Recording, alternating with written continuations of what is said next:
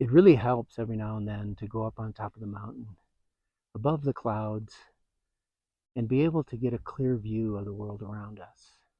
And this is the type of clear perspective that we need to have when we're looking at the Bible. The Bible contains two very different parts. It contains the Old Testament and it contains the New Testament.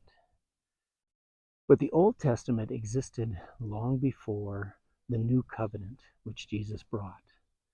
And nothing is told in the Old Testament about the New Covenant. The reason being is that Jesus and God could not allow Lucifer to know anything about their plans, because he could have tried to stop them and stop the New Covenant from being fulfilled. So the only thing in the Old Testament that we know about is we know about eternal damnation, because that existed before the New Covenant. We know about suffering, about hate, about judgment.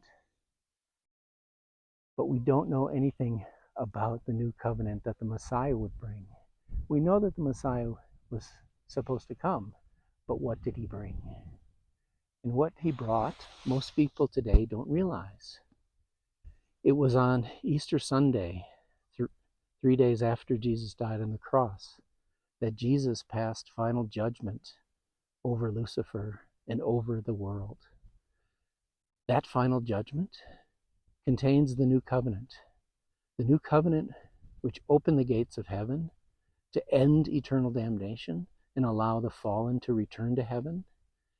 And it allowed God's world to have an impact on this world, because in the Old Testament, Lucifer had 100% control of humanity and of the world.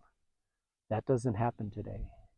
We have our own control, and we have the help of God's angels under the New Covenant. So gain some perspective when you read the Bible and think about these two parts, how they're very different. And in the New Testament, the only time you'll hear the word hate is when Jesus tells us that we will be hated for our belief. He never teaches hate. He only teaches God's love and God's redemption.